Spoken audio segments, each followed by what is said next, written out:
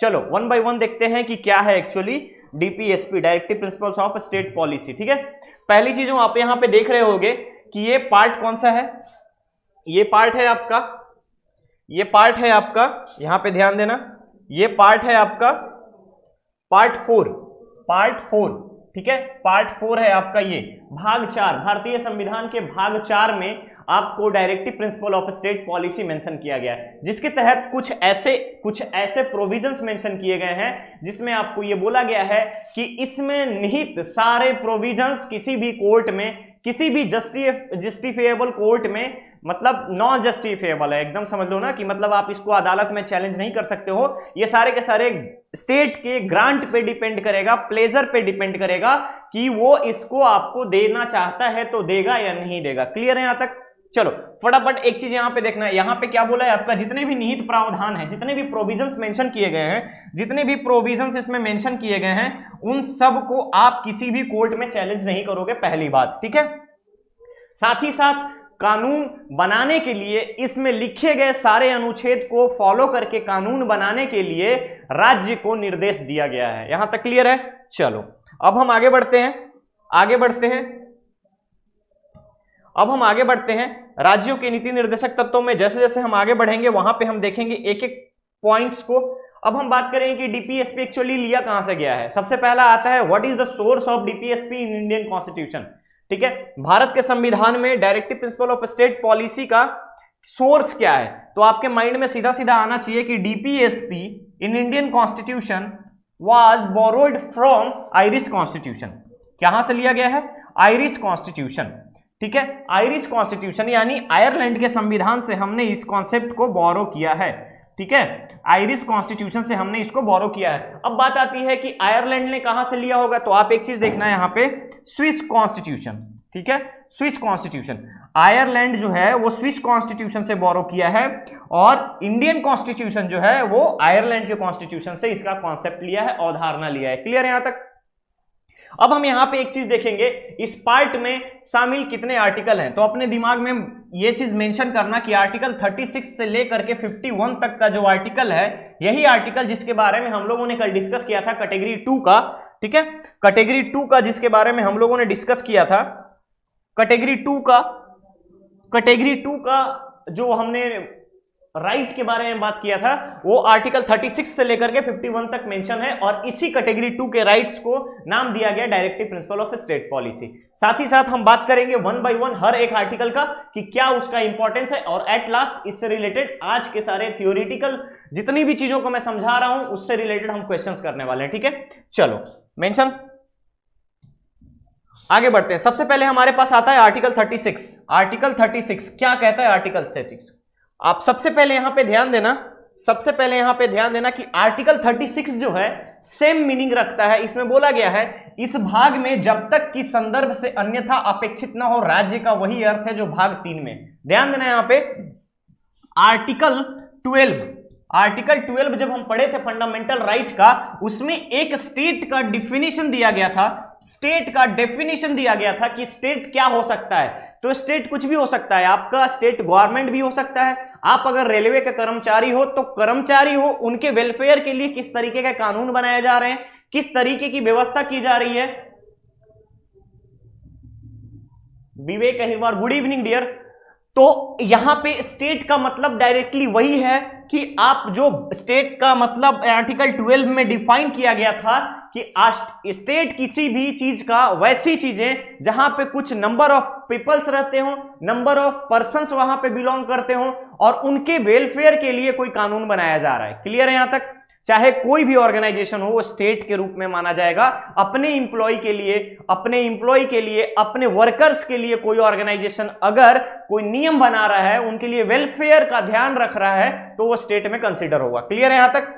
ठीक है, तो यहां पे क्या बोला, भाग 3 में यही है ना, भाग 3 में यानी कि पार्ट 3 में आर्टिकल 12, ये कहां है? फंडामेंटल राइट का पहला आर्टिकल है जिसमें स्टेट का डेफिनेशन मेंशन है। क्लियर है यहां तक? यानी कि article 36 nothing but just like article 12 of Indian constitution which belongs to fundamental right in part 3। Clear है यहां तक? चलो अब हम बात करते हैं आर्टिकल 37 की। आर्टिकल 37 में आपको यह मेंशन किया गया है कि अगर राज्य कोई भी कानून बनाता है, अगर राज्य कोई भी कानून बनाता है तो इन सारे प्रिंसिपल्स को दिमाग में रखेगा। सीधा सीधा यही मेंशन किया है आपको यहां पे, एक लिखा हुआ है application of the principle contained in this part. इस प्रिंसिपल का जो भी प्रिंसिपल्स दिया गया है संविधान के द्वारा, उन सब का प्रयोग कहां किया जाएगा उसके बारे में मेंशन किया गया है यहां पे। ठीक है, पहला पॉइंट है the provision contained in this part shall not be enforced in any court of law. पहला पॉइंट ध्यान से देखना यहां पे, शैल नॉट बी इन्फोर्स्ड, किसी भी कोर्ट में आप इसको चैलेंज नहीं कर सकते हैं। अगर स्टेट चाहे, अगर राज्य चाहे तो आपको दे सकती है, नहीं चाहे तो नहीं दे सकती। क्लियर? तो यहां से एक चीज और हमें पता चलता है, क्या पता चलता है?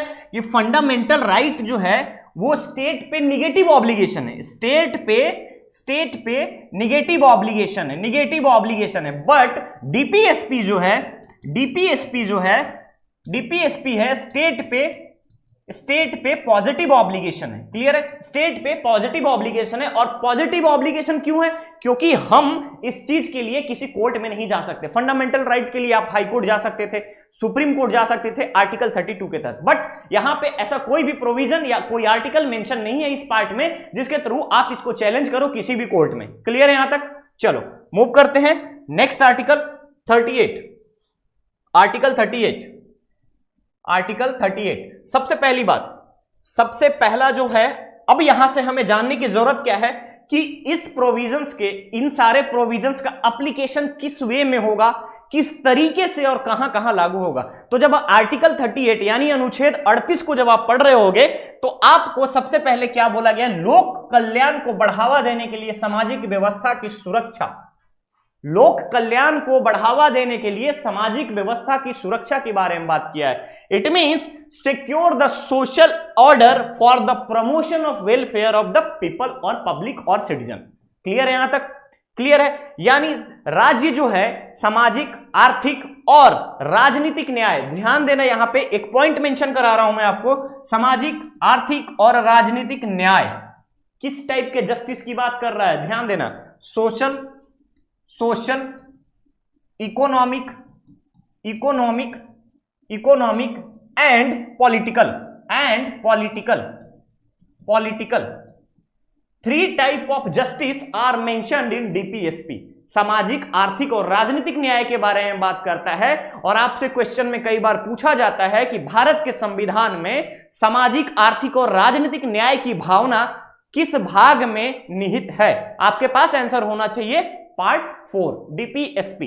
ठीक है, इस पॉइंट को ध्यान रखना कि डीपीएसपी में 3 टाइप के न्याय की बात की गई है, जिसमें सोशल, इकोनॉमिक और पॉलिटिकल राइट्स की बात की गई है, जस्टिस की बात की गई है। ठीक है, राष्ट्रीय जीवन से रिलेटेड जितनी भी व्यवस्थाएं हो सकती हैं प्रभावी ढंग से, उन सब को मेंशन करने की बात की गई है। ठीक है, पहला पॉइंट था। दूसरे पॉइंट में क्या है उस चीज को देखना।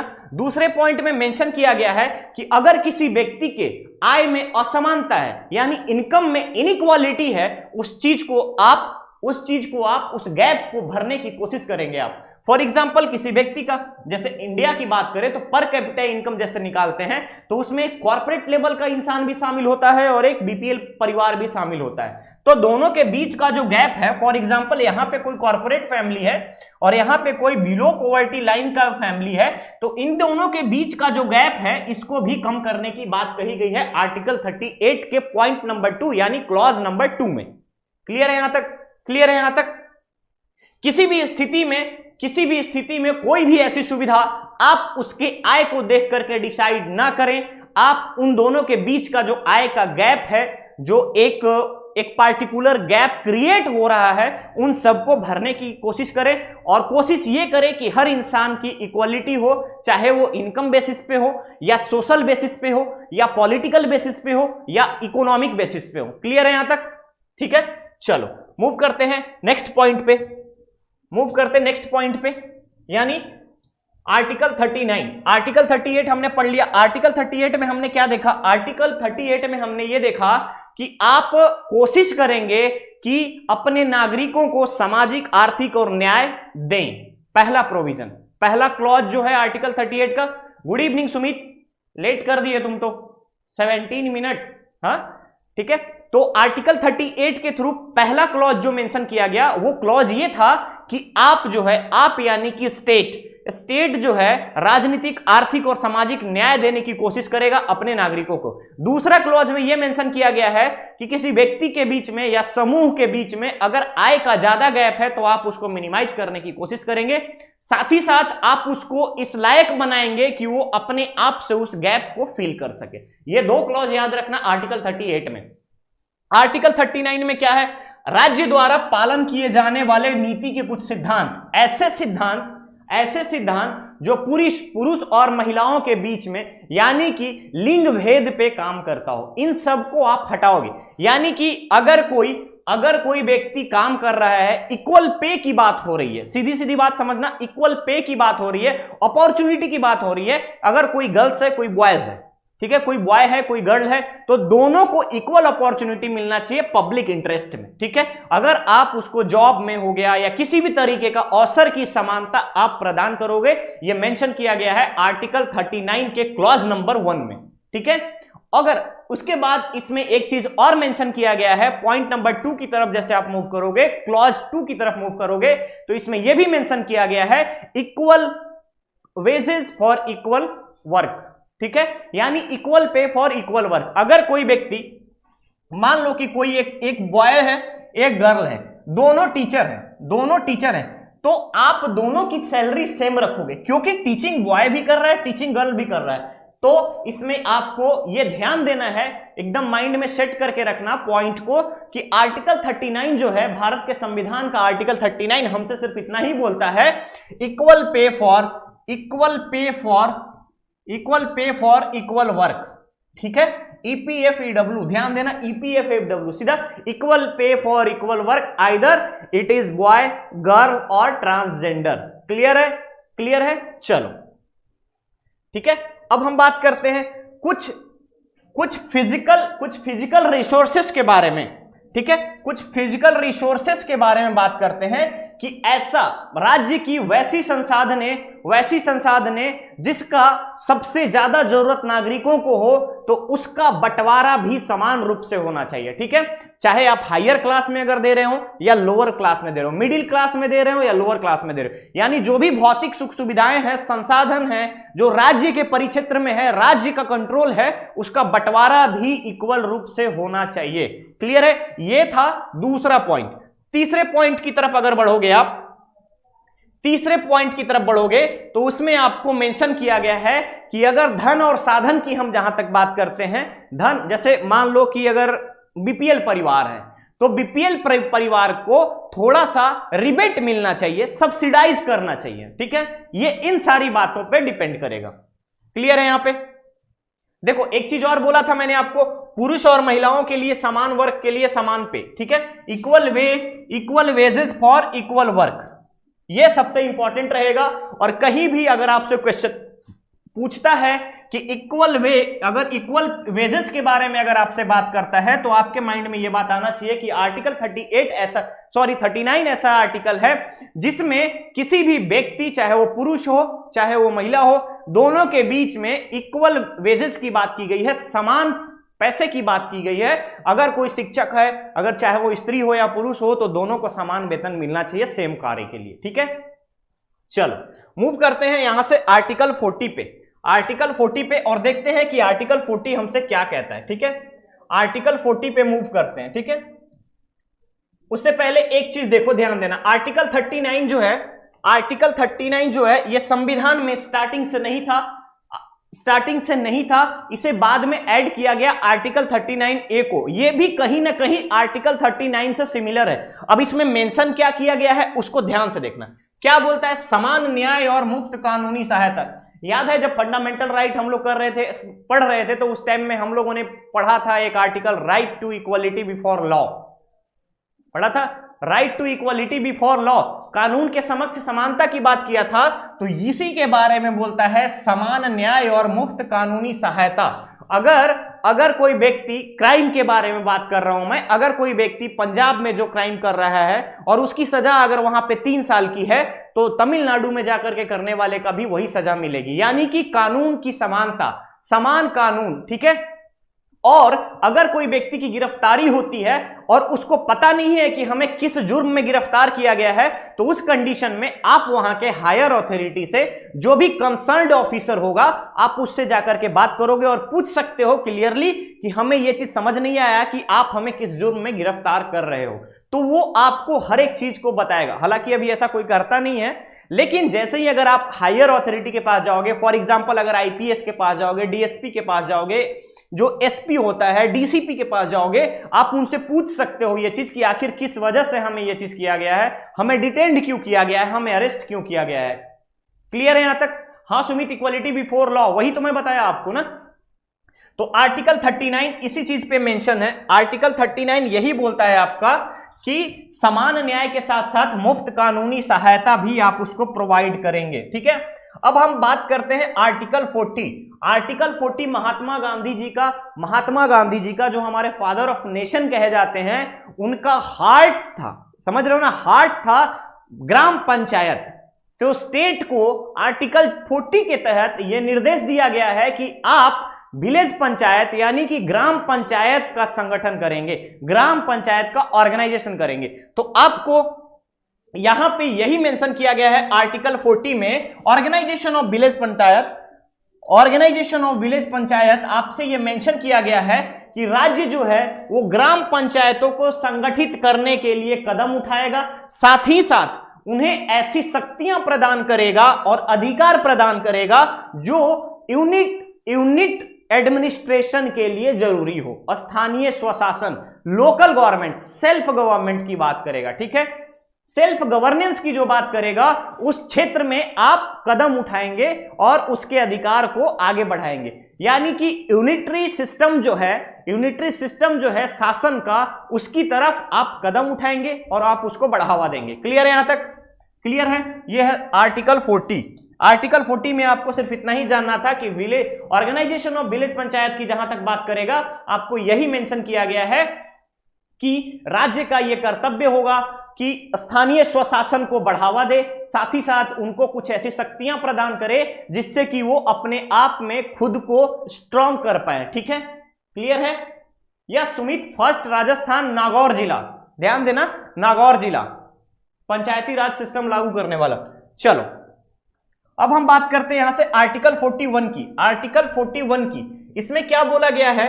कुछ मामलों में कुछ ऐसे मैटर्स जिसमें शिक्षा, काम और सार्वजनिक सहायता का अधिकार प्रदान करोगे आप। यानी कि स्टेट का यह भी एक कर्तव्य होगा, ड्यूटी होगी, जिसमें कुछ मामलों में काम, शिक्षा और सहायता करने की बात की जाएगी। ठीक है, जैसे अगर किसी राज्य के पास अपनी क्षमता है, पैसा है, ज्यादा पैसा है, ठीक है, तो वो क्या करेगा? पहली चीज वृद्धा पेंशन लागू करेगा, दूसरी बात बेरोजगारी भत्ता देगा। लेकिन अगर कब देगा, इस पे आप ऑब्लिगेशन नहीं लगा सकते हो, इसके लिए आप कोर्ट नहीं जा सकते हो कि भैया हमें बेरोजगारी भत्ता नहीं मिल रही, हमें वृद्धा पेंशन नहीं मिल रहा, या फिर फ्रीडम फाइटर का पेंशन नहीं मिल रहा है। आप इन सब चीजों के लिए आप किसी कोर्ट में नहीं जाओगे। और क्लियरली ये मेंशन किया गया है कि आपके पास अगर राज्य की शक्ति होगी तभी वो इन सारी चीजों को, वेलफेयर को यूटिलाइज करेगा। क्लियर है यहां तक? क्लियर है यहां तक? इट मींस कि राज्य के सीमाओं के भीतर जितनी भी सारी चीजें होंगी अपने आर्थिक क्षमता और विकास के आधार पर। ठीक है, वृद्धावस्था, बेरोजगारी, बीमारी, अपंगता के मामले में काम करेगा। तो अपंगता के मामले में क्या, पहले ट्राईसाइकिल मिलता था, जो विकलांग होते थे उनको ट्राईसाइकिल मिलता था। अब क्या है कि धीरे धीरे चीजों को एडवांस किया जा रहा है, गरीबों को रिक्शा चलाने के लिए रिक्शा मिलता था। तो इन सारी चीजों का मिलना किस बात पे डिपेंड करेगा? तो इन सारी चीजों का मिलना राज्य की आर्थिक क्षमता पे डिपेंड करेगा। क्लियर है? राज्य के पास पैसा होगा तो वो खुद से देगा, नहीं होगा तो आप इसके लिए कोर्ट में जाकर के केस नहीं कर सकते। क्लियर रखना, ठीक है? चलो मूव करते हैं नेक्स्ट आर्टिकल पे। आर्टिकल 42। आर्टिकल 42 सबसे इंपॉर्टेंट किसके लिए? महिलाओं के लिए, फीमेल के लिए सबसे इंपॉर्टेंट क्या है? काम की न्याय संगत और मानवीय स्थितियों और मातृत्व राहत के लिए प्रावधान। कैसा है काम की न्याय संगत? चलो फॉर एग्जांपल किसी इंडस्ट्री में कोई व्यक्ति काम कर रहा है, अभी वो बीमार है, तो अब ऐसा नहीं है कि आप उसको बोलोगे कि चल बैठ करके यहां पे काम कर, अभी तो आप ऐसा नहीं कर सकते। क्लियर है ना? आप ऐसा नहीं कर सकते। यानी कि मनोचित दशा प्रोवाइड करना है उसको कि अगर वो मेंटली प्रिपेयर्ड है इस काम के लिए, अगर वो जस्टिफिएबल है, अगर मतलब जस्टिफिएबल है कि हाँ भाई वो इस सिचुएशन में भी काम कर सकता है, तब आप उससे काम करवाओगे, अदरवाइज आप ऐसा काम नहीं करवाओगे। अगर कोई व्यक्ति 4 दिन से बीमार है फिर भी ऑफिस आ रहा है तो ये उसकी अच्छी बात है कि वो थोड़ा काम कर रहा है। आप उसको ये नहीं बोलोगे कि आज से 4 दिन पहले जब तुम पूरी तरीके से स्वस्थ थे तो जैसा प्रोडक्टिविटी तुम्हारा था वैसी ही प्रोडक्टिविटी मुझे अभी चाहिए, तो आप ये काम नहीं करोगे। इन सब चीजों को ध्यान रखना है। साथ ही साथ मातृत्व अवकाश की बात की गई, यहां पे मैटरनिटी रिलीफ की बात की गई है, तो ध्यान देना अगर कोई ऐसी महिला जो 6 मंथ की प्रेग्नेंट है, ठीक है, 6 मंथ की प्रेग्नेंट है, तो उसे टोटल बेबी बर्थ के 3 महीने पहले से लेके बेबी बर्थ के 3 महीने बाद तक का मैटरनिटी रिलीफ मिलता है। और ये पूरे के पूरे सर्विस पीरियड में सिर्फ 2 बार मिल सकता है। ध्यान देना, सिर्फ 2 बार मिल सकता है, टोटल 6 महीने और 6 महीने का। यानी कि from the birth 3 month and after the birth 3 month. Clear है? यहां से क्लियर है? जन्म से पहले बिफोर 3 मंथ और जन्म के बाद 3 महीने का। ध्यान देना, 3 मंथ बिफोर से लेकर के 3 मंथ आफ्टर तक, 3 मंथ आफ्टर तक किसके लिए? फीमेल के लिए। और ये कितनी बार लागू हो सकता है? तो मैक्सिमम 2 टाइम्स। सेम कंडीशन, हालांकि ऐसा है कि प्राइवेट जॉब में ये सारी चीजें अप्लीकेबल नहीं है, बट ऐसा करना चाहिए, ये एक वेलफेयर का कंडीशन होता है, ठीक है। अब सेम कंडीशन मेल के लिए है। अब मेल जो वर्कर है, मेल इंप्लॉय है, हाँ सुमित, बट उसी का कंडीशन मैं यहां पे डिफाइन कर रहा हूं। आप ये हॉलीडे नहीं बोल सकते, उसको हॉलीडे नहीं बोल सकते, ये प्रोविजन है। हॉलीडे मींस क्या? छुट्टी हर किसी को थोड़ी दिया जाएगा। हॉलीडे मींस ओवरऑल कंसिडरेशन ना। रिलीफ यहां पे मेंशन किया गया है, रिलीफ यानी आपको छूट दी जा रही है। आप इस चीज को ध्यान रखना। तो मेल के कंडीशन में क्या है कि मेल के कंडीशन में 15 डेज बिफोर बर्थ से लेकर के 15 डेज ऑफ आफ्टर बर्थ, ठीक है। और ये भी सिर्फ 2 बार लागू होगा ना, 2 बार, यानी कि 2 बच्चों तक का ही ये कंडीशन फुलफिल किया जाएगा। अगर 2 बच्चे से ज्यादा हो रहे हैं तो फिर ये सारी चीजें आपको नहीं मिलेंगी। क्लियर है? क्लियर है? तो मेन मैटरनिटी रिलीफ का ये चीज आपको समझना ज्यादा जरूरी था। चलो अब मूव करें नेक्स्ट मूव करें, आ जाओ नेक्स्ट पे मूव करते हैं। अब आर्टिकल 43, सबसे बड़ी बात है living wages and etc for worker, ठीक है। लिविंग वेजेस कैसा होना चाहिए? तो लिविंग वेजेस, कोई व्यक्ति अगर काम करता है तो उसका पैसा, उसका पेमेंट इतना होना चाहिए कि वो अपनी जिंदगी को अच्छे तरीके से चला सके। इस आर्टिकल का मेन पर्पस यही है, आर्टिकल 43 का, कि लिविंग वेजेस इतने होने चाहिए कि किसी व्यक्ति का जीविकोपार्जन अच्छे से हो पाए, वो अपनी जिंदगी को अच्छे तरीके से जी पाए। साथ ही साथ आप उसको इतने पैसे दो जिससे कि उसका धीरे धीरे लिविंग स्टैंडर्ड भी बढ़ता रहे। क्लियर है? अगर मैटरनिटी रिलीफ प्राइवेट में नहीं मिलती तो वो आर्टिकल के खिलाफ होगा। यस, आर्टिकल के खिलाफ है ही, आर्टिकल के खिलाफ है ही, बट कुछ कंसेंसस ऐसे होते हैं कि प्राइवेट जो ऑर्गेनाइजेशन होती है, अब सोचो किसी इंप्लॉय को 6 महीना बैठा करके पूरे टेन्योर में, अगर कोई व्यक्ति पहली बार, सपोज आज कोई इस साल के मार्च में ज्वाइन किया हो और उसको अगर तुम 6 महीने के लिए प्राइवेट में बैठा दो, तो प्राइवेट ऑर्गेनाइजेशन में कहीं कहीं जो बड़े लेवल के ऑर्गेनाइजेशन है वहां पे अप्लीकेबल है, लाइक टीसीएस का पता है मेरे को, टीसीएस में अप्लीकेबल है ये चीज, मैटरनिटी रिलीफ की बात है वहां पे। साथ ही साथ अदर जितने भी बड़ी बड़ी कंपनियां हैं, एमएनसीज जितने हैं, उन सब में एप्लीकेबल होता है, जो कि गवर्नमेंट के जितने भी प्रोविजंस होते हैं स्टेट के कंसिडरेशन में एम्प्लॉय के लिए, फॉर एग्जांपल जैसे लेबर ऑर्गेनाइजेशन जो होता है अपने यहाँ भारत में, उन सब का कुछ ऐसे ऐसे प्रोविजंस हैं जो मेंशन किए जाते हैं उसमें, और वो उसका बेनिफिट मिलता है एम्प्लॉय को। लेकिन जो छोटे लेवल का है, जो छोटे लेवल पे है, फॉर एग्जांपल कोई प्राइवेट स्कूल वाला है जिसके यहाँ 500 बच्चे या 400 बच्चे पढ़ रहे हो, प्ले स्कूल के ही सही, अगर देख लो प्ले स्कूल है तो भी एक ऑर्गेनाइजेशन जिसके पास 15 से 20 स्टाफ हैं, तो उसको अगर इस टाइप से छुट्टियां देने लगेगा तो कैसे होगा? तो कुछ कंसिडरेशन ऐसे भी माने जाते हैं। एम्प्लॉय एक्शन कैसे ले सकता है बताना जरा, क्योंकि ये तो फोर्सेबल है ही नहीं ना कोर्ट में तबरेज। सबसे पहले आर्टिकल 37 पहले ही क्लियरली मेंशन किया गया है कि इसमें दिए गए कोई भी प्रोविजन कोर्ट में चैलेंजेबल नहीं होगा। आप स्टार्टिंग में नहीं थे क्या तबरेज? ठीक है, क्लियर है यहां तक? क्लियर है? क्लियर है यहां तक? चलो अब हम बात करते हैं आर्टिकल 43 की। तो आर्टिकल 43 में बोला गया है कि ऐसी कोई भी चीजें जैसे उसके जीवन यापन के लिए, साथ ही साथ उसके जीवन स्तर के बढ़ावा देने के लिए आप इतनी सैलरी, इतना पेमेंट उसको करो जिससे कि उसका जीवन अच्छे से, खुशहाली से बीत सके। क्लियर है? यह है आर्टिकल 43। आर्टिकल 43 मूव करें क्या? मूव करें नेक्स्ट आर्टिकल। चलो नेक्स्ट आर्टिकल पे चलते हैं। आर्टिकल 43 कैपिटल ए, इसको भी बाद में भारत के संविधान में संशोधन के बाद जोड़ा गया था, जिसमें यह बोला गया है engagement of worker in management of industry. ठीक है, engagement of worker in management of industry, यानी कि अगर कोई इंडस्ट्री है तो उस इंडस्ट्री में मान लो कि 4 चेयरपर्सन बैठे हैं यहां पे।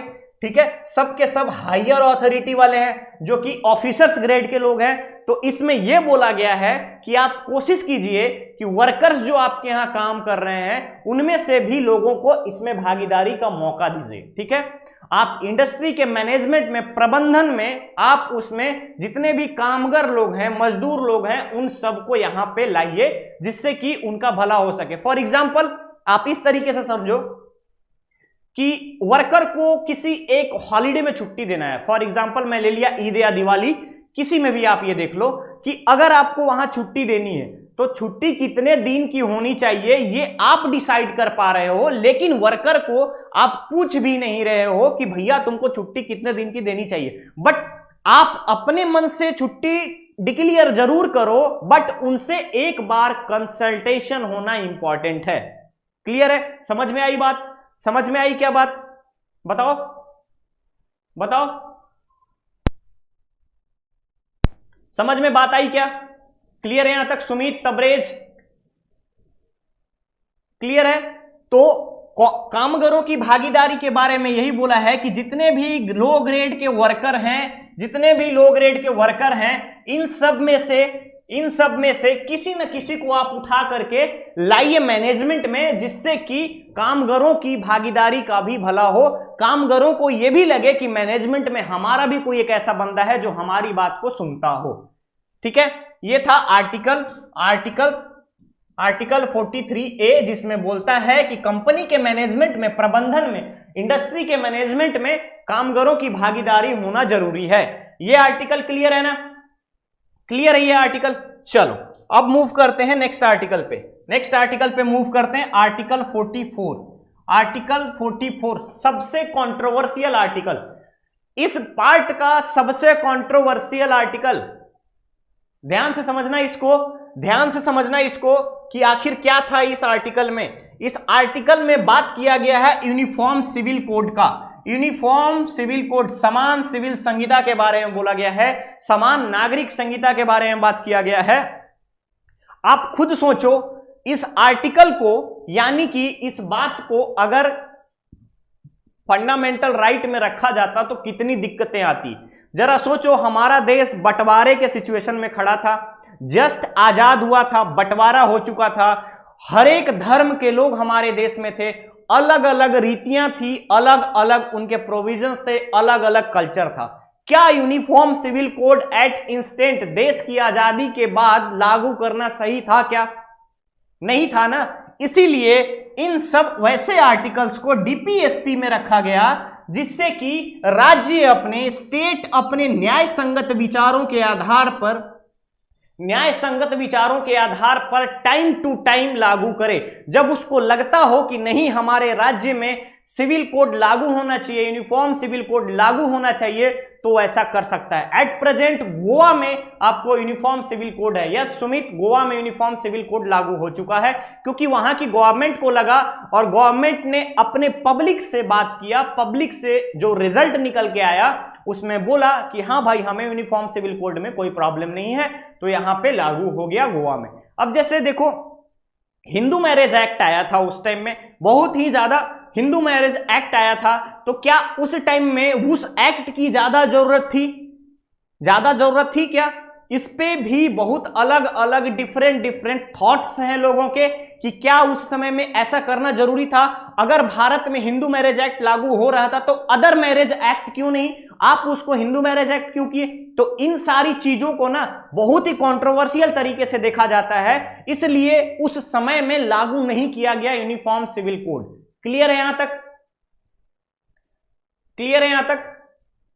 मूव करें नेक्स्ट आर्टिकल पे। चलो अब देखते हैं आर्टिकल 45। आर्टिकल 45 जिसमें बोला गया कंपलसरी एजुकेशन। कंपलसरी एजुकेशन, ठीक है, कंपलसरी एजुकेशन के बारे में बात किया गया है। किसका?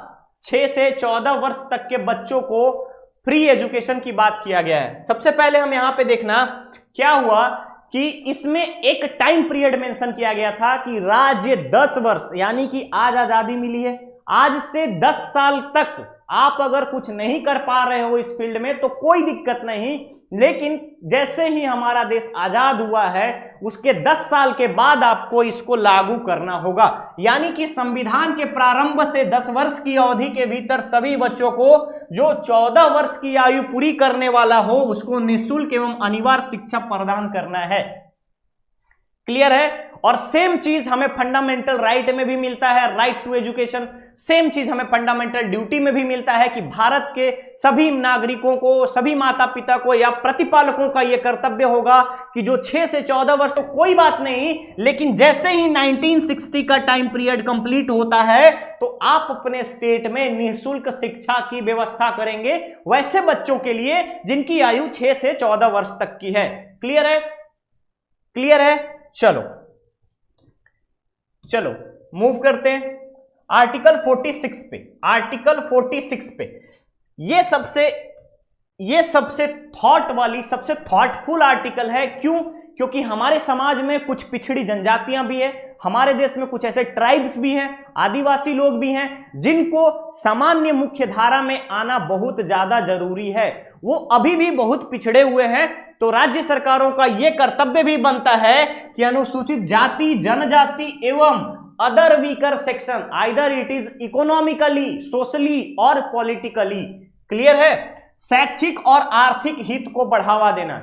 आप उन सब में SC, ST, other weaker section, उन सब में आप शैक्षिक के साथ साथ सामाजिक परिस्थिति का बढ़ावा दोगे। क्लियर है?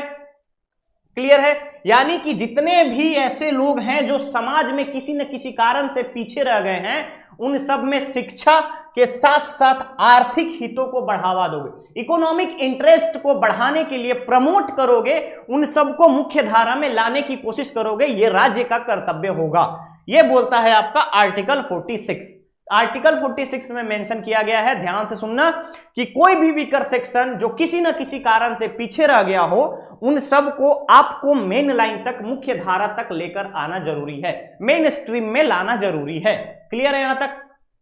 क्लियर है यहां तक? वही सब सारी चीजें, पॉइंट्स को आपको एक्सप्लेन किया गया है जो मैं आपको बताया हूं, जो किसी न किसी कारण से, लाइक अभी देखो सामाजिक अन्याय की वजह से होता है ना, कहीं कहीं पे आज भी ये चीजों को देखा जाता है कि कुछ ऐसे सेक्शन होते हैं, कुछ ऐसे पार्ट हैं, कैटेगरीज हैं जहां पे बहुत ही ज्यादा इनजस्टिस होता है, तो उन सब को कम करने के लिए राज्यों का निर्देश आर्टिकल 46 के तहत दिया गया है। क्लियर है? चलो मूव करते हैं नेक्स्ट आर्टिकल पे। आर्टिकल 47। आर्टिकल 47 सबसे पहले क्या बात करता है यहां पे आर्टिकल 47? आर्टिकल 47 बोलता है, पहला चीज इसमें मेंशन है, raise the level of nutrition. Point देखना, raise the level of nutrition और स्टैंडर्ड ऑफ लिविंग, क्या करने के लिए? पब्लिक हेल्थ को इंप्रूव करने के लिए। ठीक है, यानी कि आप अपने राज्य के नागरिकों को उनमें, यानी कि जो न्यूट्रिशन का लेवल है कि क्या आपको प्रोवाइड करना चाहिए, जैसे पीडीएस में, आंगनबाड़ी केंद्र में आपको ऐसी क्या क्या चीजें देनी चाहिए। अब कोई बड़ा आदमी है, उसको आप सोयाबीन खिलाओगे तो सब लोग नहीं खाएगा, लेकिन अगर किसी बच्चे को बचपन से आदत लगाओगे सोयाबीन खाने का, मूंग खाने का, स्प्राउट खाने का, तो वो बच्चा तो बड़े होते तक खाएगा ना। तो कहने का मतलब यह है कि आपको लेवल ऑफ न्यूट्रिशन बढ़ाने के लिए, बढ़ाने के क्षेत्र में काम करना है। साथ ही साथ जैसे कि स्टैंडर्ड ऑफ लिविंग, जीवन का स्तर बढ़े, इंक्रीज करे, जीवन का स्तर बढ़े। और क्या करना है आपको? आपको पब्लिक, जनता के स्वास्थ्य का इंप्रूवमेंट की तरफ ध्यान देना है। क्लियर है यहां तक? क्लियर है यहां तक? अब यहां पे बात करेंगे औषधीय उद्देश्य की। बात किया है इसमें, एक चीज लाइन लिखी हुई है औषधीय उद्देश्य के बारे में। तो न्यूट्रिशन का लेवल कैसे बढ़ेगा, पब्लिक हेल्थ कैसे सुधरेगा? तो पब्लिक हेल्थ सुधरेगा कि आप या तो जो शराबबंदी करो, ड्रग्स को बंद करो, अनकंडीशनल कोई ऐसी भी चीजों को मत खिलाओ जिससे कि पब्लिक वहां पे परेशान हो, कोई ऐसी समस्या खड़ी ना हो जिससे कि आने वाली जनरेशन पे उसका लॉन्ग टर्म प्रभाव पड़े। तो इन सारी चीजों का भी ध्यान रखना राज्य का कर्तव्य है, जो कि आर्टिकल 47 के तहत कॉन्स्टिट्यूशन ऑफ इंडिया ने डायरेक्ट किया है। क्लियर है यहां तक? क्लियर है यहां तक? मूव करें, ठीक है। उसी आर्टिकल में, यानी आर्टिकल 47 में ही यह चीज मेंशन किया गया है। हाँ जी सुमित, मिड डे मील भी बोल सकते हो आप, लेकिन उसकी क्वालिटी धीरे धीरे, कुछ लोग क्या बोलोगे, हर जगह पे चीजें पॉजिटिव भी हैं, निगेटिव भी हैं, उसका इफेक्ट पड़ता है। तो अब इसमें देखना, इसी चीज में एक चीज और देखना कि किसी स्टेट में लिकोर बंद है पूरा, ठीक है, शराब बंदी है, पूर्णतः बंद है, और किसी स्टेट में होम डिलीवरी हो रही है। ध्यान से समझना इस बात को कि किसी स्टेट में शराब पूर्ण रूप से बंद है बट उसकी स्मगलिंग चल रही है, और किसी स्टेट में शराब की होम डिलीवरी हो रही है। डिफरेंस देख रहे हो? डिफरेंस देख रही? एक तरफ जो कॉन्स्टिट्यूशन ऑफ इंडिया है वो आपको निर्देश दे रही है कि आपको पब्लिक हेल्थ इंप्रूव करना है, तो क्या इस तरीके से पब्लिक हेल्थ इंप्रूव हो पाएगी? नहीं हो पाएगी। तो मैं जस्ट इसको समझाने के पर्पस से बता रहा हूं, इसको कोई अदरवाइज ना ले, कोई लीगल एक्शन के कंसिडरेशन में इसको काउंट ना करे। मैं जस्ट एक एग्जांपल देकर के बता रहा हूं कि आर्टिकल 47 किस तरीके से डायरेक्ट करती है स्टेट को कि हमें किस लेवल तक जीवन के स्तर को बढ़ाना है, साथ ही साथ कैसे हम न्यूट्रिशन लेवल को बढ़ाएंगे और कैसे हम लोगों के जीवन स्तर को बढ़ाएंगे। क्लियर है यहां तक? मैं तबरेज अभी आपको बताया ना। देखो, पॉसिबिलिटी दो ही होती है। अगर आप में चेंज करने की ताकत है तो चेंज करो, यानी बदलाव करने की ताकत है तो बदलाव करो, अदरवाइज सिर्फ बर्दाश्त करो। ठीक है, समझ सकता हूं, ठीक है। तो फिर उसके बाद क्या है, इसी आर्टिकल में, यानी आर्टिकल 47 के तहत ही आपको यह बोला गया है कि सिर्फ नशीली पदार्थों का सेवन उस कंडीशन में किया जाएगा, जैसे मेडिकल, फार्मास्यूटिकल, उसमें यूज किया जाएगा। जैसे अफीम की खेती होती तो है इंडिया में, बट कंजम्पशन इलीगल है।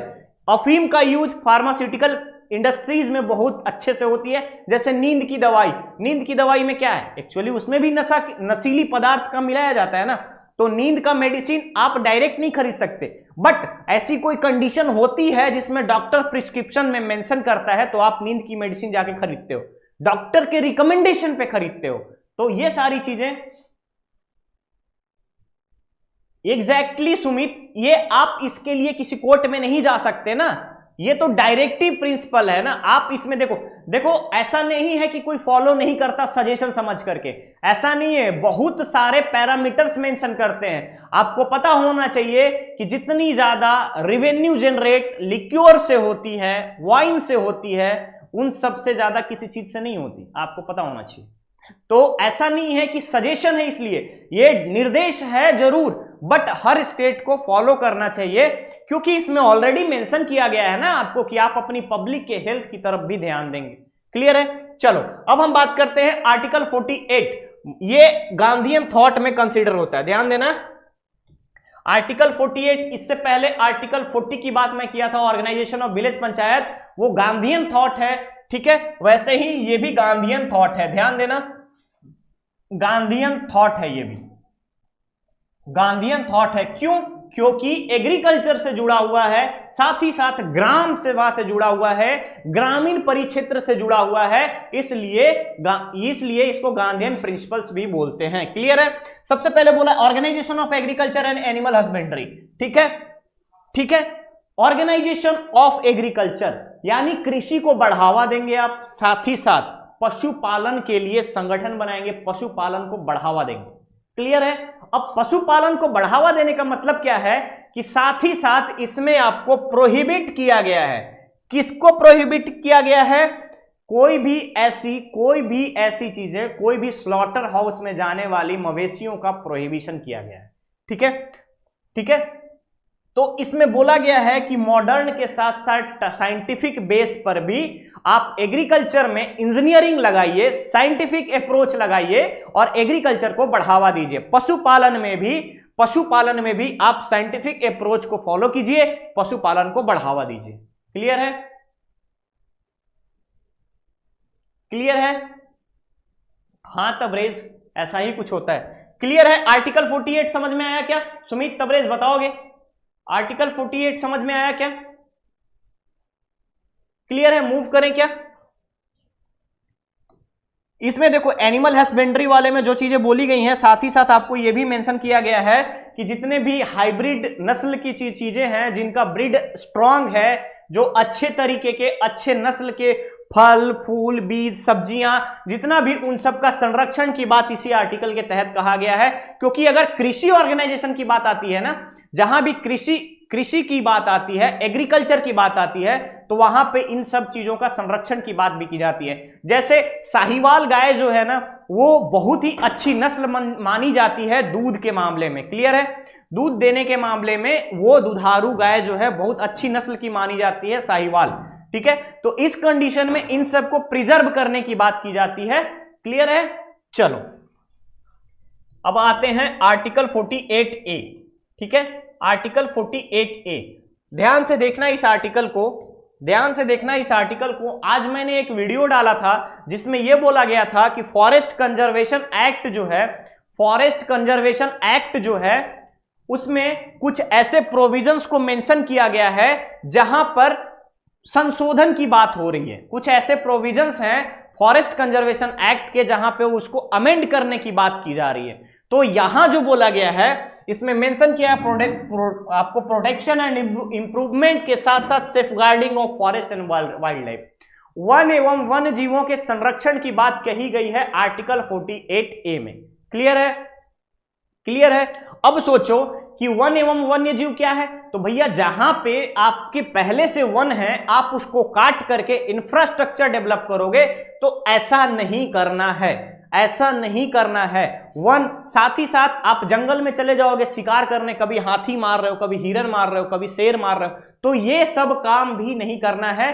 और राज्य का ये कर्तव्य बनता है, ये ड्यूटी है स्टेट की कि ये सब काम होने से रोके, बेवजह जंगल ना कटे, साथ ही साथ वहां के जो जंगल में जो चीजें हैं उन सब को बचाया जा सके। जैसे नदियां हैं, झील हैं, अब नदियों को भर के ऊपर ब्रिज बना दे रहे हो, फिर पूरी नदी खत्म करके वहां पे इंफ्रास्ट्रक्चर डेवलप कर दे रहे हो। जैसे पहले क्या होता था, कुआं होता था गांव में, तालाब होते थे, अब तालाब और बावड़ियों को भर करके, ठीक है, ठीक है, उन सब को भर करके कंस्ट्रक्शन कर रहे हो। तो इससे क्या हो रहा है कि कुछ चीजें अनबैलेंस हो रही हैं। जहां पे नेचर की चीजें थी उन सबको वहीं पे रखो और सेफगार्ड करो। ठीक है, आप जंगल में चरागाह खोल दे रहे हो, आप अपनी मवेशियों को लेके जंगल में चले जा रहे हो, फिर वहां पे कोई शेर आपकी मवेशियों को परेशानी कर रहा है, जंगली जानवर कोई आपके ऊपर अटैक कर रहा है, तो फिर उसको मार दे रहे हो। तो इससे बेहतर ये है कि फॉरेस्ट के एरिया को प्रिजर्व करो और उसमें इंटरेंस जो है उसको बैन करो। क्लियर है?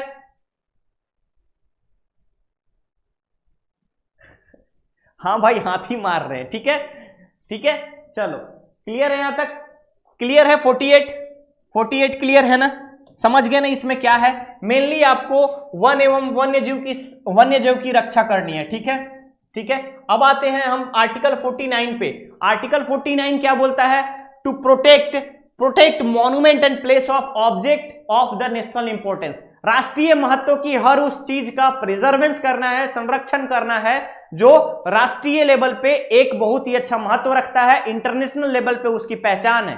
जैसे आप ताजमहल के पास जाओगे, ताजमहल के पास जाओगे और ताजमहल में उसके फर्श के टाइल्स को उखाड़ना चालू करोगे, तो ऐसे कैसे होगा? हाँ लाल किला में जा रहे हो, लाल किला घूमने के नाम पे जाके उसकी दीवारों पे कील ठोक रहे हो, तो ऐसा नहीं करना है, समझे? दिल जले। अगर भाई हाथी मार लिए हो तब वापस आ जाओ। हाँ जी सुमित, इसी इसी की वजह से गए हैं। ठीक है, ठीक है, हिट एंड रन का मामला था। क्लियर है यहां तक? तो इसमें क्या बोला गया है आर्टिकल 49 में कि जितने भी नेशनल इंपॉर्टेंस की चीजें हैं, चाहे वो आप किसी भी तरीके से हो, जैसे आप मान लो कि जैसे जो भी पुराने टाइम के आर्कियोलॉजिकल सर्वे की चीजें जो थी, ठीक है ना, उन सब को प्रिजर्व करना है। जैसे आपका ताजमहल हो गया, कोई ऐसी पुरातात्विक चीज जिससे हमारा पूरे विश्व में नाम हो, जाना जाता हो, जैसे महाबोधि टेम्पल हो गया, ताजमहल है, उसके बाद कुतुब मीनार है, चार मीनार है, गेटवे ऑफ इंडिया है, इंडिया गेट है, रेड फोर्ट है, आगरा का किला है, बुलंद दरवाजा है। इन सारे मॉन्यूमेंट्स को, नेशनल इंपॉर्टेंस की चीजों को, ठीक है,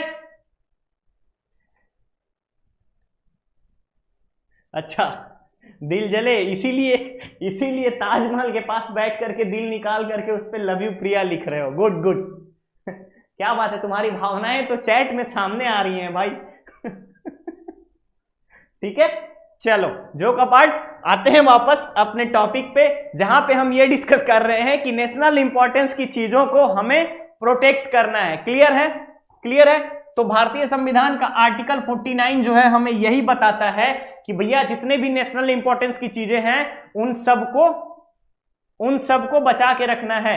अरे मैसेज डिलीट क्यों कर रहे हो भाई, मैंने रीड कर लिया, डोंट वरी। ठीक है, चलो आ जाओ, मूव करते हैं नेक्स्ट आर्टिकल पे। नेक्स्ट आर्टिकल पे, ठीक है, नेक्स्ट आर्टिकल पे, आर्टिकल 50।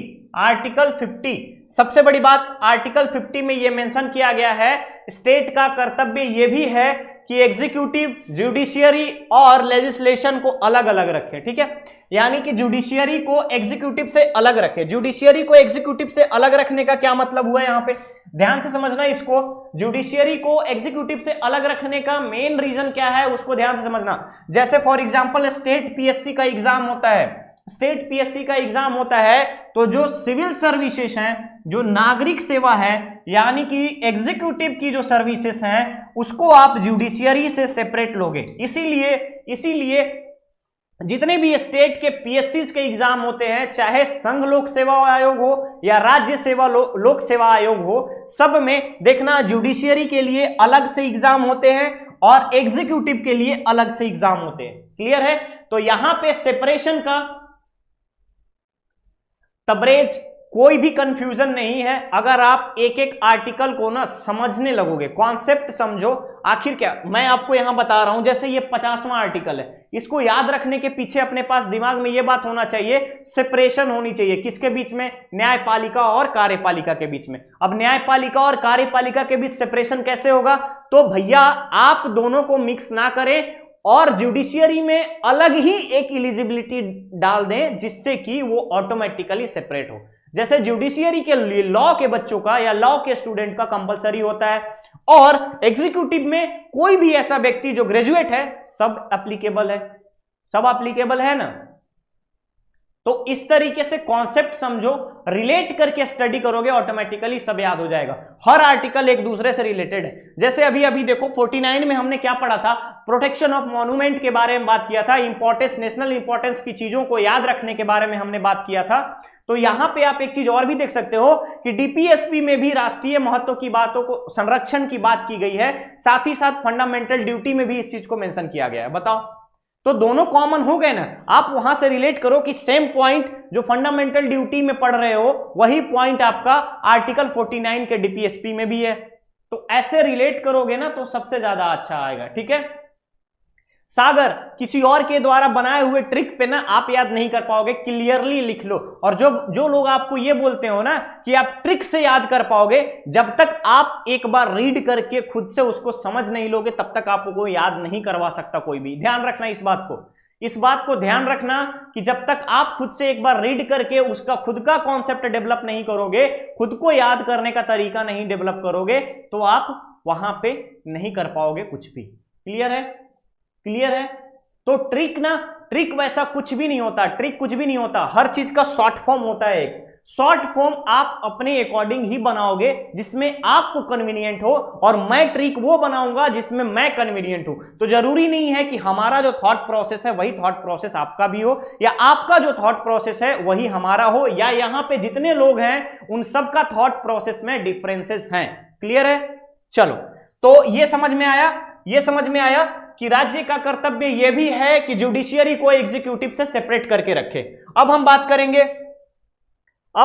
करेंगे आर्टिकल 51 की, आर्टिकल 51 की, जिसमें आपको यह मेंशन किया गया है कि इंटरनेशनल ट्रीटी के साथ साथ जो भी आसपास के क्षेत्र हैं, जो इंटरनेशनल स्टेट्स हैं या कंट्रीज हैं जिनसे हमारी जो सीमाएं लगती हैं, जो भी हमने ट्रीटी किया है अलग अलग कंट्री से, अलग अलग स्टेट से, उन सबको मेंटेन रखें। ठीक है, तो यही बोला गया है इसमें आपको कि प्रमोशन ऑफ इंटरनेशनल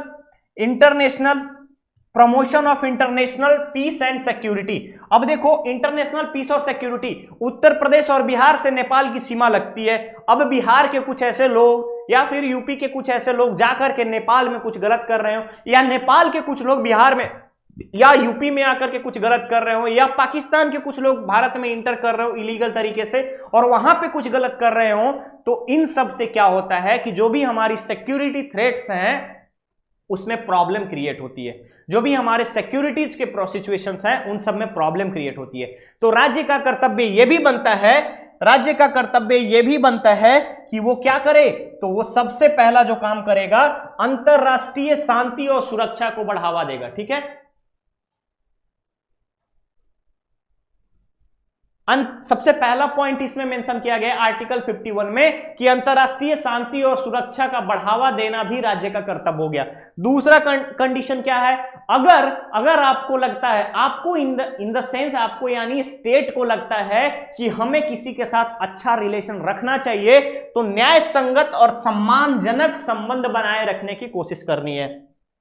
साथ ही साथ दूसरे के साथ संगठित लोगों के बारे में अगर देखा जाए तो आपको ऐसे व्यवहार करने हैं जिससे कि राष्ट्र की गरिमा को या अखंडता को या एकता को कोई चोट ना पहुंचे। ठीक है, चौथा पॉइंट है आपका कि जो भी अगर कोई डिस्प्यूट हुआ है दो नेशन के बीच में और आप वहां पे उस नेशन से जुड़े हुए हो, फॉर एग्जांपल देखो भारत और नेपाल में कुछ प्रॉब्लम क्रिएट हुए थे कुछ दिन पहले, और उसमें क्या है कि वहां के जो नेबरिंग स्टेट है, नेपाल से जो नेबरिंग स्टेट है, वहां के कुछ लोग व्यापार के सिलसिले में नेपाल भी जाते हैं, नेपाल के लोग भी भारत में आते हैं। तो उस राज्य का कर्तव्य यह भी बनता है कि जो डिस्प्यूट हो रहा है उसमें ट्रेड को देखते हुए, सारे संबंधों को देखते हुए आपको इंटरनेशनल ट्रीटी की तरफ बढ़ना है, आपको पीस की तरफ बढ़ना है।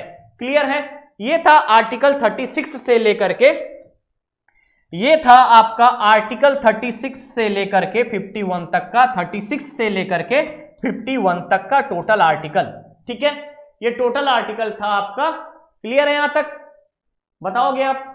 हर एक चीज को हमने समराइज कर लिया है। आर्टिकल 36 में डेफिनेशन की बात की गई थी, आर्टिकल 37 में आपको बोला गया था कि किसी कोर्ट में आप इसको चैलेंज नहीं कर सकते, आर्टिकल 38 में आपको बोला गया था कि भैया आप स्टेट हो तो आपको जैसे ही आपके यहां जो काम कर रहे हैं जो सिटीजन हैं उन सब के कल्याण के लिए सारी चीजों को आप मेंशन करोगे। आर्टिकल 39 में आपसे यह बोला गया कि मनोचित दशा प्रोवाइड करोगे, काम करने का तरीका में जीवन स्तर बढ़ाने की बात करोगे। आर्टिकल 39A में आपसे बोला गया कि न्याय संगत और मनोचित दशा दोनों एक साथ होने के साथ साथ अगर आपके पास थोड़ी सी क्षमता है, इकोनॉमिक कंडीशन है, तो आप उससे वेलफेयर का काम करोगे। साथ ही साथ आपको आर्टिकल 40 में यह बताया गया कि ग्राम पंचायत का ऑर्गेनाइजेशन कैसे होगा।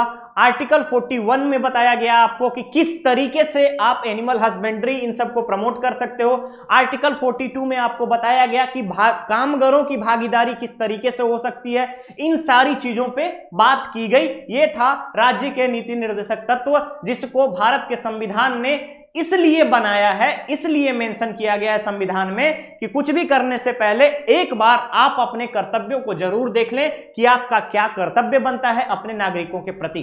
क्लियर है यहां तक? क्लियर है यहां तक? क्लियर है क्या यहां तक? चलो क्वेश्चन करें क्या? क्वेश्चन करें क्या, या आपका सेशन है कोई और? आपका सेशन होगा, होप सो आपका एक टेक्निकल की क्लास होगी अभी, ठीक है, तो चलो कल फंडामेंटल ड्यूटीज कंप्लीट करेंगे हम लोग, और साथ ही साथ इसके यानी कि डीपीएसपी के क्वेश्चन कंप्लीट करेंगे। कल क्या करने वाले हैं, कल हम लोग पढ़ेंगे पार्ट 4A, क्लियर है, जिसमें मेंशन किया गया है फंडामेंटल ड्यूटी को, और इसी के साथ हम लोग इसके क्वेश्चंस को भी डील करेंगे। क्लियर है, सुमित, तबरेज एंड भाई दिल जले, अजय, कौन कौन से थे भाई आप लोग बताओ, सागर, पीडीएफ भी मिल जाएगा भाई, पीडीएफ भी मिल जाएगा, बट ऐसा है कि देखो पीडीएफ अभी अगर लोगे आप तो क्वेश्चन के साथ आपको मिलेगा उसमें, तो वही क्वेश्चन अगर आप बोलोगे तो मैं पीडीएफ प्रोवाइड कर दूंगा, इसमें क्वेश्चंस भी मेंशन है, ठीक है, यहां देख लो, इसमें मैंने क्वेश्चन भी साथ में लेकर के लाया हूं मैं, क्वेश्चन भी आपको मेंशन है, बाइलिंगुअल क्वेश्चन है इसमें, ठीक है, बाइलिंगुअल क्वेश्चन है, अगर आप खुद से इसको सॉल्व करना चाहो तो खुद से सॉल्व कर सकते हो, बट ऑनेस्टली सॉल्व करना, ठीक है, ऑनेस्टली सॉल्व करना, और अगर कहीं भी दिक्कत हो तो आप डायरेक्ट कमेंट बॉक्स में इस चीज को मेंशन करो कि मुझे इस क्वेश्चन में प्रॉब्लम हो रही है, समझ नहीं आया, टेलीग्राम चैनल आपके पास अवेलेबल है, और पीडीएफ के लिए भैया Mangesh Biswal, you are too late dear, तो पीडीएफ के लिए आपके पास जेनिक लर्निंग ऐप होना चाहिए, और फटाफट इन सारी चीजों को आप वहां से डाउनलोड कर सकते हो। मैं सारे क्वेश्चन के साथ पीडीएफ आज का अपलोड करवा दूंगा, और आप इन सब क्वेश्चन को सॉल्व करोगे तो बताओ, या फिर कल मैं खुद कराऊं, क्वेश्चन सॉल्व कराऊं, बताओ, सुमित, तबरेज, सागर, बताओ आप लोग क्वेश्चन सॉल्व कर लोगे या कल एक साथ क्वेश्चन सॉल्व कराऊं मैं, बताइए, फटाफट बताइए। सुमित, एक आज आपको मैं बता रहा हूं एक करंट अफेयर का, तबरेज एक करंट अफेयर का वीडियो भी मैं आज अपलोड किया हूं फॉरेस्ट कंजर्वेशन एक्ट के रिगार्डिंग, और इसीलिए मैंने आपको वहां बोला था कि जहां भी वाइल्ड लाइफ प्रोटेक्शन की बात आती है वहां पे फॉरेस्ट कंजर्वेशन भी साथ साथ मूव करता है, उसका एक साथ एसोसिएटेड है, तो आप वहां पे जाकर के उस वीडियो को देखना।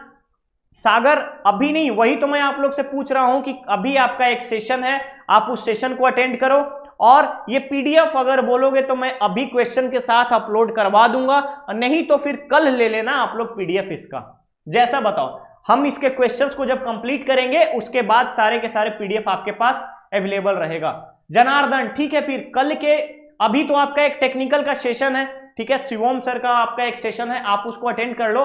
जनार्दन, कल मैं फंडामेंटल ड्यूटी को कंप्लीट करने के साथ साथ डीपीएसपी और फंडामेंटल ड्यूटी दोनों का क्वेश्चन कंबाइन कराऊंगा, क्लियर है, क्लियर है, ओके ओके तबरेज, ठीक है, फिर मैं सेशन को यहीं पे एंड करता हूं, आप लोग शिवम सर के सेशन में जाओ, और एक वीडियो ऑलरेडी आपको 4 बजे मैंने अपलोड करा दिया है फॉरेस्ट कंजर्वेशन एक्ट के रिगार्डिंग, कि आखिर उसमें ऐसे क्या क्या प्रोविजंस थे, क्या क्या लिमिटेशंस थी, जिसके रिकमेंडेशन अभी आ रहे हैं, अभी प्रपोज्ड है कि भैया उसमें अमेंडमेंट होना चाहिए, आप उसको देखना, और सेशन कैसा लगा आप कमेंट बॉक्स में कमेंट करके बता दिया करो, ठीक है, मैक्सिमम नंबर ऑफ स्टूडेंट के साथ सेशन को शेयर कर दिया करो। मिलते हैं हम लोग नेक्स्ट क्लास में, thank you, bye bye dear.